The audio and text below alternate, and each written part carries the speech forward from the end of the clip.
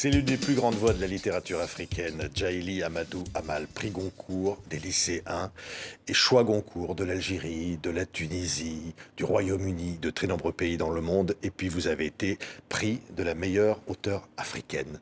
Et si j'ai le plaisir de vous recevoir, l'honneur même, c'est parce qu'il y a le Festival du Livre qui s'ouvre à Paris, dont vous êtes l'une des invitées d'honneur. L'occasion de rencontrer les centaines de milliers de lecteurs qui ont fait un triomphe aux impatientes. Votre premier roman. Eh bien, l'occasion de rencontrer, de dédicacer les impatientes, mais surtout le nouveau roman Cœur du Sahel. Ouais, rencontrer les lecteurs. Qu'est-ce que ça vous fait? Eh bien, pour moi, c'est toujours des moments d'émotion, des moments de joie. Et voilà, je pense que finalement, le but de l'écriture, c'est ça aussi, rencontrer les lecteurs, leur demander ce qu'ils en pensent, discuter avec eux et bien passer un bon moment. Ouais, quand je dis combien vous êtes importante pour la littérature africaine, quand vous êtes rentrée au Cameroun, le nord du Cameroun, on va parler du nouveau livre qui se passe d'ailleurs là-bas, dans votre région, l'accueil qui vous a été réservé vous a touché. Bien sûr, bien sûr. Déjà, dès l'aéroport à Douala, c'était un accueil extraordinaire. Voilà, tout le monde, c'est même des griots à l'aéroport et tout ça. Donc, pour une fois qu'on fait un triomphe à la littérature et non pas seulement comme d'habitude au foot et au stade de la musique, qu'on peut inspirer les jeunes et leur dire que finalement, on peut également être des stars en passant par la littérature, c'est tout aussi bien. Oui, il y a une littérature africaine et le fait que vous soyez une femme lui donne encore une voix plus forte. J'espère. Je pense que les femmes ont toute leur place et qu'elles devraient saisir cette place-là. Qui mieux que nous pourrait parler de nos difficultés? Oui, Finalement, être une femme, écrire, mais surtout porter la voix de toutes ces femmes qui n'ont pas de voix, c'est super important. oui. Et là, c'est Faïdé. Faïdé est un personnage incroyable dans ce nouveau roman, tellement attachante. Hein. Donc ça s'appelle Cœur du Sahel. C'est un nouveau livre publié à nouveau aux éditions Emmanuel Colas, votre éditrice. Et là, on se retrouve à nouveau, je le disais, au nord du Cameroun. Et là, c'est l'histoire des domestiques, de ces femmes admirables qui doivent aller à la ville pour faire vivre leur famille. Eh bien, avec ce roman, le but pour moi, c'était aussi que les personnes se rendent compte, quand on parle beaucoup de changement climatique, de Boko Haram, etc., il faut qu'on se rende compte en réalité de l'impact que ça a sur les populations. Eh bien, dans ce roman, Faïd est donc la jeune fille qui doit, à cause de la précarité, à cause de l'insécurité alimentaire créée par les changements climatiques, justement, doit s'exiler en ville pour travailler comme domestique.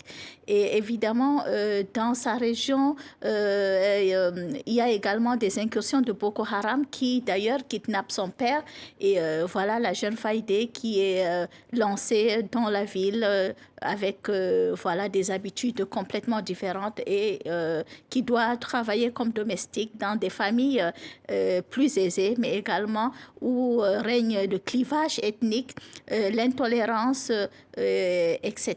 Oui, oui, ça se passe à Maroua, dans cette Ma ville ville, natale. votre ville natale. Hein. Et donc, quand je disais, c'est inspiré de faits réels. C'est une fiction inspirée de faits réels. Exactement. Eh bien, c'est comme d'habitude quand j'écris, c'est comme pour les impatients, mais également comme les autres romans que j'ai dû écrire. Eh bien, à chaque fois, je mène beaucoup d'enquêtes sur le terrain. Les enquêtes sur le terrain me prennent quand même minimum un an, voire plus. Eh bien, pendant ces enquêtes, c'est rencontrer beaucoup de personnes, c'est travailler vraiment sur le terrain, etc. Et là, je travaille beaucoup avec mon association également. Et donc, pour cette fiction inspirée des faits réels, j'ai rencontré des milliers de Faïdés qui travaillent toutes dans la grande ville d'à côté, mais également dans des métropoles beaucoup plus grandes et qui peuvent se permettre de rêver finalement, puisque même le rêve, quand il s'agit de survie, est un luxe qu'on ne peut pas se permettre. Oui, ce qui est beau, c'est romanesque, c'est de la littérature. Et c'est ça qui est absolument formidable dans les mots, dans les rêves de cette jeune fille. Évidemment, l'éloignement de sa famille, elle ne sait plus ce qui s'y passe. On lira dans le livre qu'elle peut peut-être les retrouver un jour. Mais l'amour devrait s'offrir à elle, à son âge. Il y a les mariages forcés, il y a le patriarcat, il y a la violence.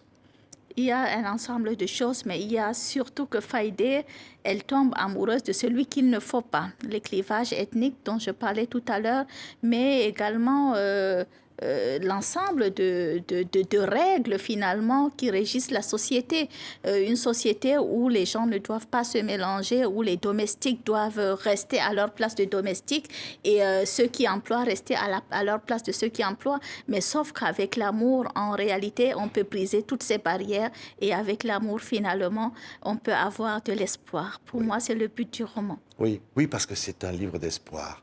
Il y a de la lumière dans ce livre et dans ces femmes, parce qu'elles sont absolument merveilleuses. Alors évidemment, elle rencontre d'autres. Il y a ces relations qu'elle peut nouer dans ce milieu parfois très difficile, urbain, qu'elle ne connaissait pas, qu'elle découvre. Hein, et malgré les mariages forcés, malgré les viols. Malgré les viols, les tentatives de viol, mais également, on n'en parle pas souvent, le mariage par le raps qui se passe au vu et au su de tout le monde, sans que personne ne lève le petit doigt. Mais c'est quand même également une histoire de jeunesse, de jeunes filles pleines d'espoir qui viennent dans la grande ville d'à côté pour travailler, mais également qui viennent avec voilà, leur fraîcheur, leurs rêves et qui essayent quand même, malgré tous les événements, malgré les changements climatiques, malgré le fait qu'elles vivent dans la précarité et que ce qu'elles gagnent dans les grandes villes, c'est pour que leur famille survive, c'est pour les petits frères, c'est pour que les petites sœurs puissent manger à leur faim, c'est pour acheter les médicaments, etc. Ce n'est pas juste pour, voilà, pour le plaisir de travailler, c'est une question de survie.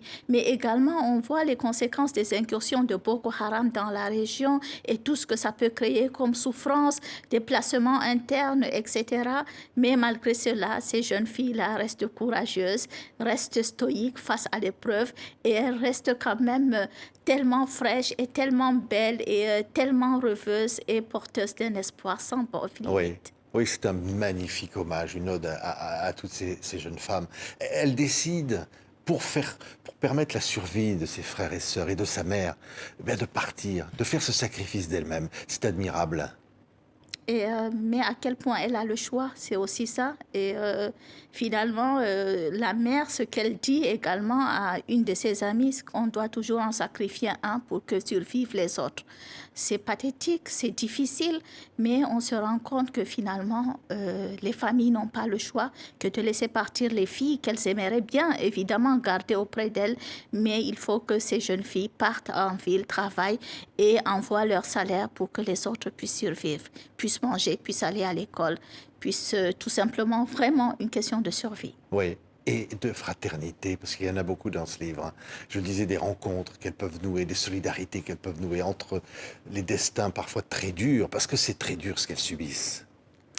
C'est dur, bien entendu, quand on travaille dans une grande ville où on est méprisé, quand on travaille dans des familles dont on ne ferait jamais partie, quand on tombe amoureuse d'un homme qu'il ne faut pas et que toute la société, finalement, les deux sociétés vous disent ce n'est pas possible, eh bien, c'est difficile quand tout le monde pense qu'on peut, dans la maison où vous travaillez, vous violer parce que vous n'êtes rien d'autre qu'une domestique. Et ça, c'est vraiment ce qu'on vous dit, rien d'autre qu'une domestique, rien d'autre qu'une calo, une nompel, eh bien, évidemment, c'est très dur de pouvoir trouver sa place, de pouvoir survivre, de pouvoir quand même se lever tous les matins et accepter et avancer.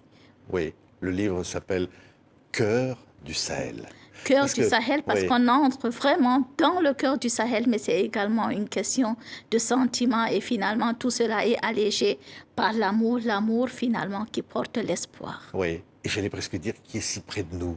Parce qu'au fond, vous rendez ce Sahel-là tellement présent, quelque part.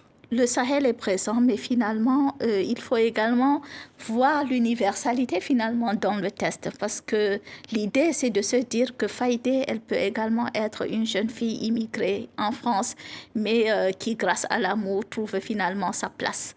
Donc, Faïdé, c'est tout simplement toute jeune fille qui essaye de se chercher désespérément dans ce monde et qui essaye, malgré les difficultés, à se faire une place et à continuer de rêver. Oui. La grande auteure que vous êtes est ambassadrice de l'UNICEF. Vous êtes également prix international des mères francophones.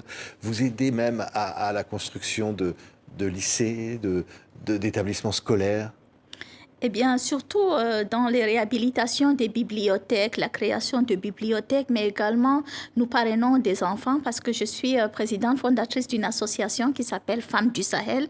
Et avec l'association, évidemment, nous faisons beaucoup d'activités, surtout également des sensibilisations sur le mariage précoce et forcé, l'importance de l'éducation des filles et puis surtout les encourager à avoir le plus de diplômes, car il ne faut pas l'oublier, le premier mari de la femme, c'est son diplôme. Oui. Et quand vous rentrez chez vous, à Maroua, vous vous dites tout ce que j'ai aujourd'hui, le chemin que j'ai parcouru qui est extraordinaire, qui vous a amené à ce triomphe, à ce livre tellement aimé. Je veux le rendre quelque part, le rapporter.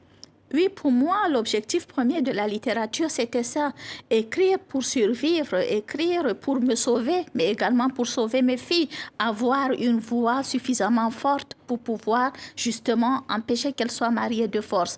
Mais ensuite, après tout ce qui s'est passé, c'est finalement être la voix, la porte-parole finalement de toutes ces femmes qui n'ont pas de voix, mais également de toutes ces filles du Sahel qui sont finalement mes filles et que je dois absolument convaincre les parents de les inscrire à l'école, de les laisser continuer leurs études, de ne pas les envoyer en mariage précocement et puis surtout simplement de parler autant que possible de la condition des femmes pour que les choses puissent changer. Oui, il y a tant de faillités du prénom de cette jeune fille, l'héroïne de votre roman. Il y en a tant.